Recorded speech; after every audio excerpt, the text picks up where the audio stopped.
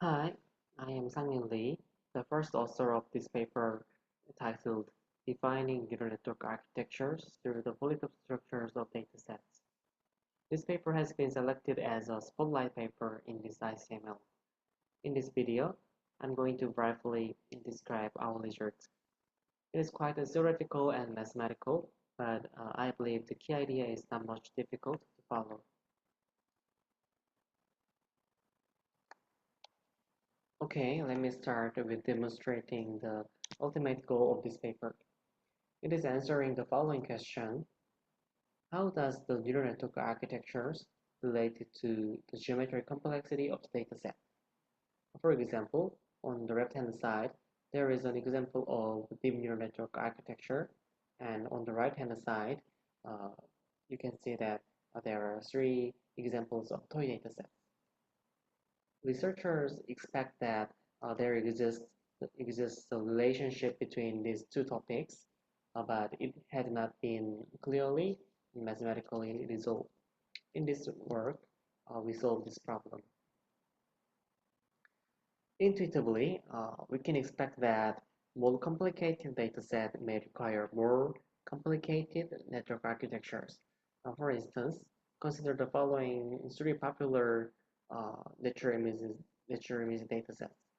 It is predicted that this MNIST dataset has the simplest geometry, where the fashion MNIST has a slightly more complicated geometry. For Cipher10 dataset, due to its high dimensionality, which comes from the colorful and various shape of objectives appeared in the images, it is predicted to have the most complicated geometry features in the data manifold. And therefore, we can expect that the neural network architectures will be increased from MNIST to Cipher10 datasets to completely solve the classification problem. In this paper, we consider the following two topics. First, we consider the polytope structure of the dataset, which refers to the geometric complexity of the dataset. And the second topic is the architecture of deep neural networks, which refers the complexity of neural networks. It may involve the depth or width of networks or sparsity of the weight matrices.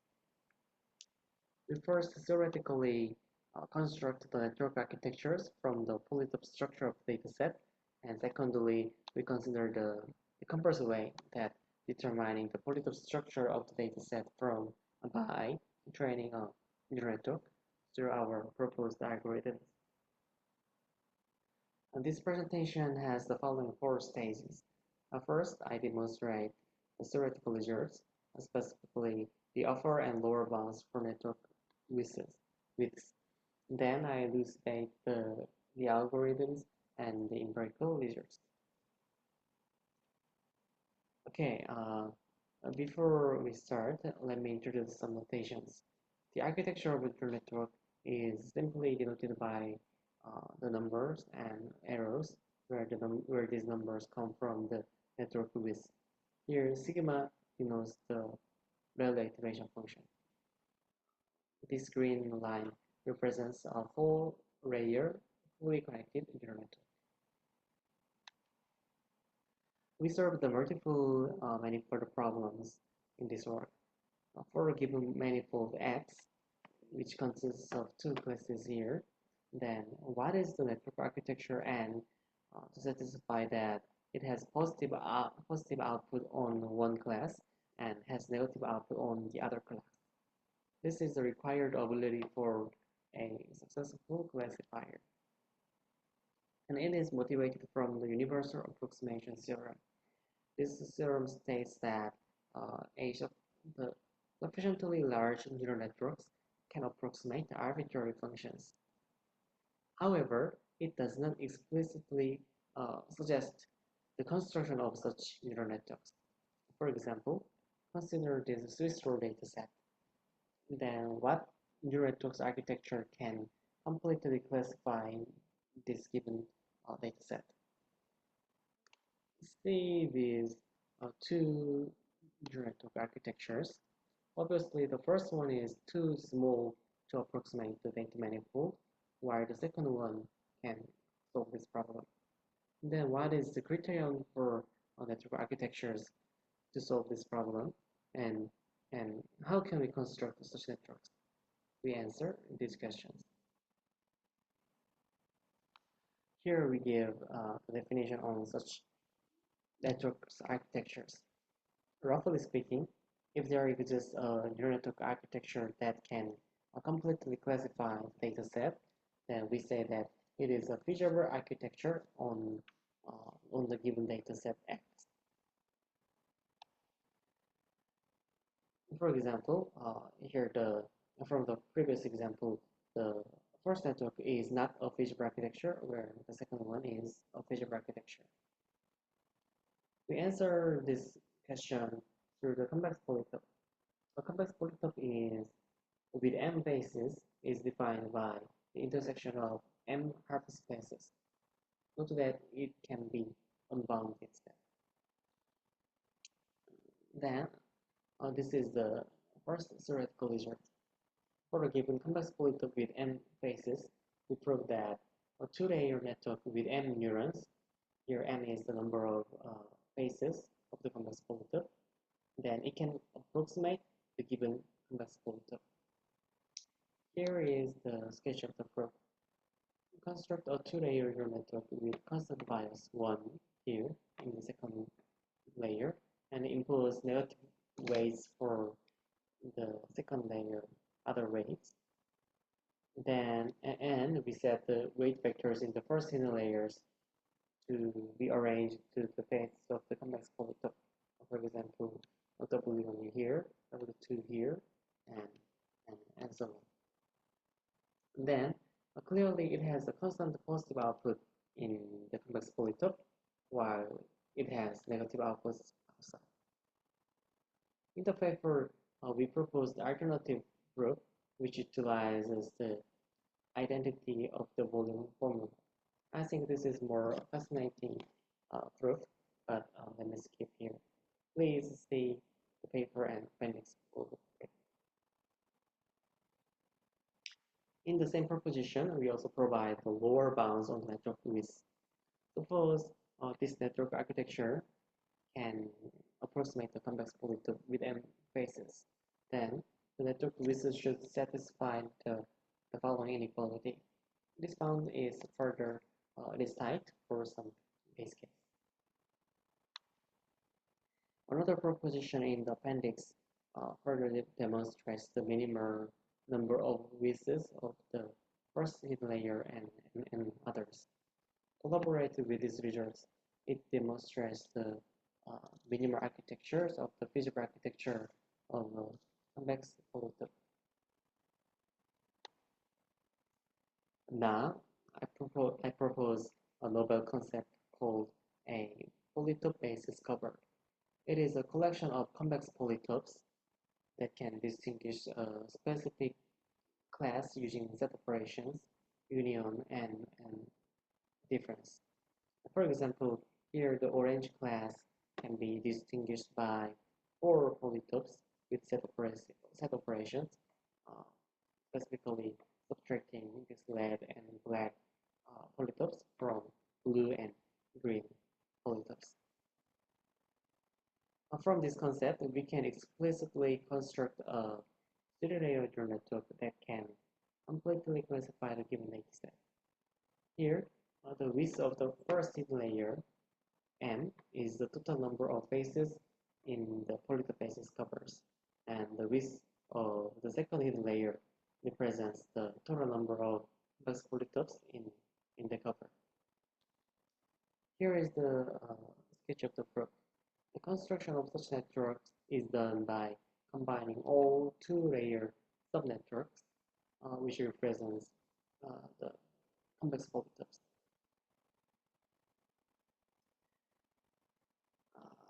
In conclusion, it presents the following network. There are totally 4 polytopes, P1, P1, P2, P2, with 4, 8, 6, and 5 faces. Thus, we can conclude that this three-layer neural network is a feature architecture on this Swiss root dataset. The final decision boundary is displayed here.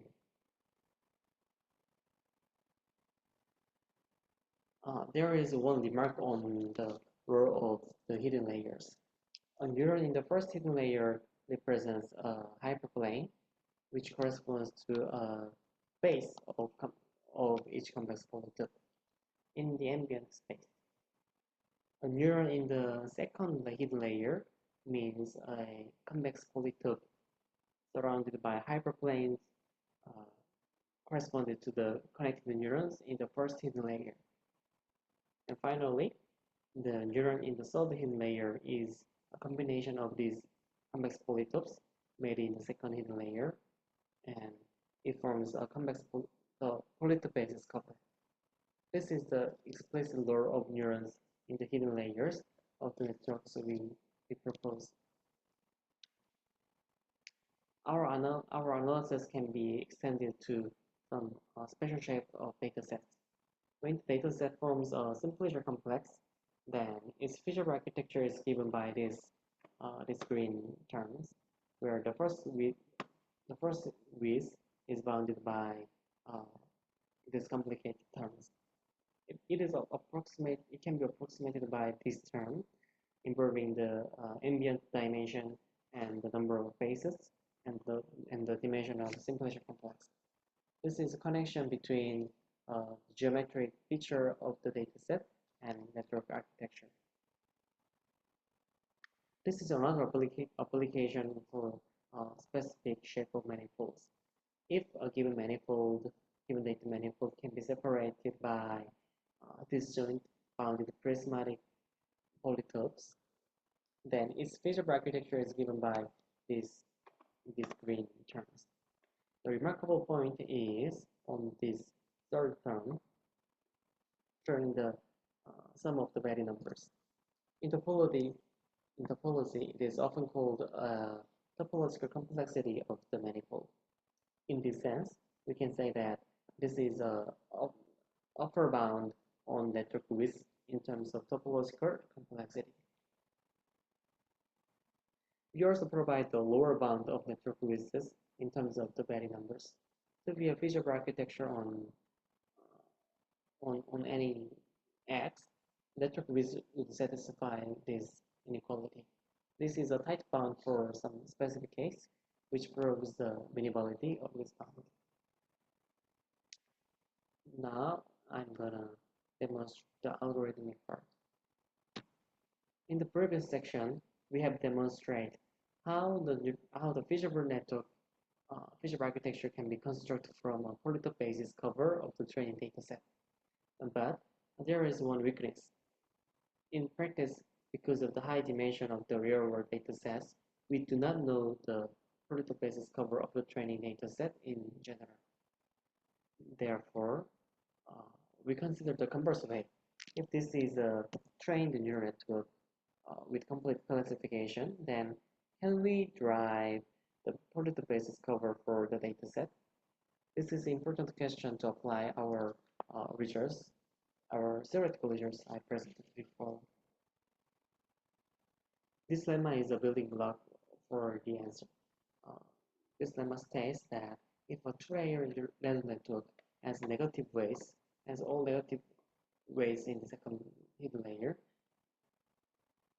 in the first hidden layer, then the function is concave. More precisely, its decision boundary forms a convex polytope. Utilizing this, the following theorem provides the polytope basis cover. If a three-layer network has a specific structure and is satisfying some conditions described below, then we can derive a polytope basis cover of the dataset from this trained network. And to satisfy these conditions, we propose an algorithm we name compressing algorithm. It consists of two steps. First, removing a redundant neuron into the network, and second, scaling some neurons to get a high convex polytope. Here is the animation of the application of this algorithm with gradient descent. The two-layer network was initialized with 20 neurons here, and through the algorithm, it is prone to have only 4 faces. Since it is a 2D plane in this case, the result is just a circumscribed quadrilateral. Of course, it is applicable in the higher dimension. This is another result for the Swiss root dataset. In the leftmost column, it shows the decision boundary and activation boundaries of the neurons. In the other figures, it exhibits the convergence to the polytope basis cover. There are totally 16 subnetworks, thus 16 convex polytopes, which form a polytope basis cover of this Swiss root dataset. However, this result provides too many polytopes, which might be impractical. So we propose another improved algorithm by iteratively computing the convex polytopes. As this diagram shows, this algorithm provides a large polytope, convex polytope first, and then find the smaller polytopes. This is the animation of this algorithm, and you can see that there are totally 4 convex polytopes to distinguish these two orange and blue data classes. This is the final output and decision boundary of the final neural network. Although it has somewhat weird decision boundary, it provides minimal feasible architecture for the given dataset. There are only 16 neurons in the first hidden layer and 4 neurons in the second hidden layer. This answers the question I asked in the introduction. And now let me present our empirical features. First, we simply show that the gradient descent can converge to the network we proposed. And second, we derive a polytope basis cover for high dimensional real world data sets, specifically for MNIST, fashion MNIST, and Cypher10 datasets. We are also investigating the uniqueness of the obtained cover. First, this is just an example for verifying that gradient descent can achieve the network we proposed. We considered 2 datasets with both regression and logistic loss functions, and it indeed works for all cases. First, note that the activation boundary of the first and second hidden layers correspond to the hyperplane and convex polytope in the ambient space. In the appendix, in theorem D.3, we also provided theoretical support for the convergence of gradient descent. Next, we investigated the polytope basis cover of some real-world datasets. This table shows the polytope basis cover of each dataset and its class. For example, the class 0 in MNIST can be separated by a single convex polytope with only 4 faces. It is exhibited in the right figure. Here you can see the right face, the 4 faces of the convex polytope. And similarly, the complement of the class 0, which are the collection of other digits, then it can be distinguished by a single convex polytope with only 3 faces. We think this is one surprising phenomenon in high-dimensional space. For a fashion MNIST dataset, it requires slightly more polytopes and the larger number of faces. The class 0 here in the fashion MNIST, it is t-shirt images, as you can see here. It can be distinguished by 2 convex polytopes with 9 and 3 faces. it is drawn here. You can see that this class can be distinguished by the subtraction of uh, these two complex polytopes. However, the complement of this class is still polyhedrally separable, and it can be distinguished by 16 polytopes, 16 faces. Through this result, we can compare the complexity of each class. In fashion MS dataset, the class 1 here, as you can see, it has the smallest number of faces compared to other classes. And indeed, this class is the trousers class in the fashion MS, which shows the most different visual features compared to other images. Other classes like class 5, 8, and 9, these classes also have quite different shapes, and they can be easily distinguished from other data points. For Cipher10 dataset, you can see that the required number of faces and polytopes are increased. This shows that it has more complicated geometric structures than other two datasets. Here is one remark. The previous results on the polytope basis cover of datasets conclude the visual architecture of these datasets. Namely, from the theorem we proposed, we conclude that these three-layer neural network architectures are the visual architectures on these datasets. Here you can check that again that Cipher10 has the largest three-layer network architecture, and the MNIST has the smallest architecture. This represents the geometric complexity of these datasets. And we further investigated the uniqueness of these obtained polytope basis covers. Recall that MNIST class 0 has a convex polytope cover with only 4 faces. This is the visualization of two such convex polytope covers, which were obtained from the two different initializations. We can notice the high similarity between these two covers. Indeed, we measured the angles between these vectors and capture that there is strong one-to-one correspondence between these vectors in two convex polytopes. This implies the uniqueness of the polytope cover, which would be related with the intrinsic geometric features of this class. And this is another result for MNIST class 8.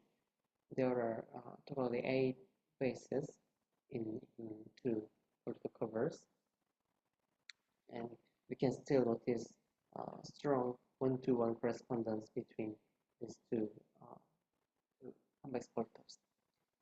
However, for the last two vectors, the correspondence is slightly diminished, and we analyze this as a kind of degree of freedom, which means the last few vectors can be alternatively chosen. Yeah, this is the end of experiments, and now I conclude my presentation. In this work, we defined neural network architecture from dataset geometry. We propose a novel concept called polytope basis cover, and propose a theorem that explicitly constructs such a neural network. We provided upper and lower bounds on the network widths in terms of geometric or topological complexity. Our proposed algorithms yield a polytope basis cover of the given dataset. And through the proposed algorithm, we also investigated the obtained polytope basis cover and compared the geometric complexity of dataset and their classes. Overall, this study demonstrates how neural network architecture is related to the geometric complexity of the dataset in terms of convex polytopes. I hope our listeners help understand the deep learning more. Okay, this is the end of my presentation.